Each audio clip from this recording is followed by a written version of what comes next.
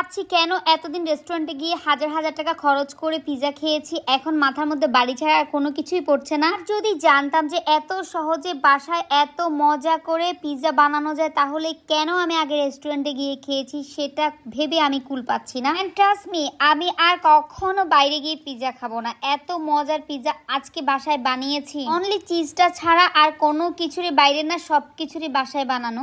আলহামদুলিল্লাহ, এত যে মজা হয়েছে। হ্যাঁ এভরিওয়ান, আসসালামু আলাইকুম, welcome to my another blog. ভিডিওর ফার্স্টে দেখেছেন আমি আজকে পিৎজা বানিয়েছি। পিৎজা বানাতে আমার যা যা লেগেছিল, আমার ফার্স্টে আমি সস বানিয়ে নিয়েছি, 4টা টমেটো আমি ব্লেন্ড করে নিয়েছি। আমি প্যানে কিছুটা তেল দিয়ে নিয়েছি, পেঁয়াজ আর রসুন কুচি দিয়ে দিয়েছিলাম, দিয়ে দিয়েছি হাফ চামচ অরিগানো। কিছুক্ষণ নেড়েচেড়ে আমি টমেটোর পিউরিটা দিয়ে দিয়েছিলাম। তারপর আমি দিয়েছি কিছুটা শুকনো মরিচের গুঁড়া, 1 চামচের মতো লাল মরিচ, আপনারা যে যেমন ঝাল পছন্দ করেন। তারপর দিয়ে দিচ্ছি স্বাদ মতো লবণ, এন্ড এখন দিয়ে দিচ্ছি সামান্য কিছুটা চিনি। সবকিছু দিয়ে আমি ভালো করে রান্না করে নিয়েছি। চলে যাচ্ছে বাকি কাজে। টেবিল চামচ ইস্ট নিয়েছি আমি হালকা কুসুম গরম পানিতে ভিজিয়ে রেখেছি 20 মিনিটের মতো। আমি 1 কাপের মতো চিকেন নিয়ে নিয়েছি। চিকেনে আমি সামান্য লবণ, মরিচের গুঁড়া, তারপর হচ্ছে আদা রসুন বাটা সামান্য করে দিয়েছি আমি গোলমরিচের গুঁড়া সামান্য।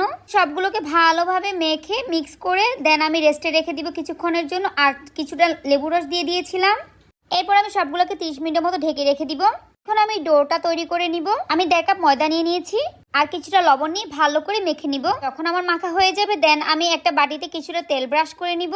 তারপর আমি ডোটা দিয়ে এন্ড উপরে আমি আবার তেল ব্রাশ করে দিব। এখন আমি 1 ঘন্টার জন্য রেস্টে রেখে দিচ্ছি। এন্ড আমি এখন ম্যারিনেট করা চিকেনগুলোকে ভালোভাবে ভেজে নিব। একটা প্যানে সামান্য কিছুটা তেল দিয়ে এগুলোকে আমি ভালো করে ভেজে কুক করে নিব। এই যে দেখেন পারফেক্টলি হয়ে গিয়েছে। এখন আমি যে ডোটা রেস্টে রেখে দিয়েছিলাম আর একটু মথে নিব আমি ডোটাকে। আমি ভালোভাবে মথে নিচ্ছি ডোটাকে। আর বাকি যা যা লাগছে সবগুলো আমি রেডি করে রেখেছি। এখন শুধু সবগুলো ট্রেতে দিয়ে বাকি এক একটা করে সবকিছু দেওয়ার পালা। আমি ফার্স্টে একটু বেলে নিয়ে তারপর হচ্ছে আমি যে ট্রের মধ্যে দিয়ে দিচ্ছি। ট্রেতে দেওয়ার পর সবার আগে আমি সসটাকে লাগিয়ে নিব, যেটা আমরা বাসায় বানিয়েছি। সসটাকে ভালো করে সব দিকে যাতে লাগে ওভাবে করে দিয়ে দেন আমি হচ্ছে তারপর কিছুটা চিজ দিয়ে দিব। করে চিজ দিব, বেশি দিব না। তারপর হচ্ছে আমি চিকেনগুলোকে ভালোভাবে চারপাশে দিয়ে দিচ্ছি। দেখেন যা ইয়ামি লাগছে, মনে হচ্ছে এখনই খেয়ে ফেলি। ওকে, এখন আমি পেঁয়াজগুলোকে দিয়ে দিলাম সুন্দর করে।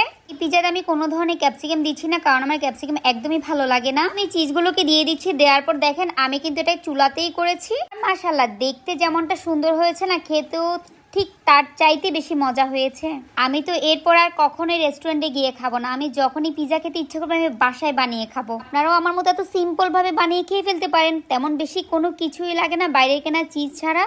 তো আমার রেসিপিটা সবার কাছে কেমন লাগলো অবশ্যই কমেন্ট করে জানাবেন। এন্ড পুরো রেসিপিটা ফলো করে আপনারাও এত মজাদার পিৎজা বাসায় বানিয়ে খেতে পারেন। এন্ড ট্রাস্ট মি, আপনারা একবার যদি এভাবে বানিয়ে খান বাসায় পিৎজা, কখনোই বলবেন না যে আমি আর রেস্টুরেন্টে গিয়ে পিৎজা খাবো। আমি যখনই পিৎজা বানাবো বাসায় বানিয়ে খাবো। তো আমার মেয়ে একটু একটু করে খাচ্ছিল আর রিভিউ দিচ্ছিল যে কেমন মজা হয়েছে। ও তো ঝাল খেতে পারে না, তো আমাদের সসের মধ্যে মোটামুটি আমরা ঝাল দিয়েছিলাম। প্রত্যেকে শুধু চিজটা খাচ্ছিল।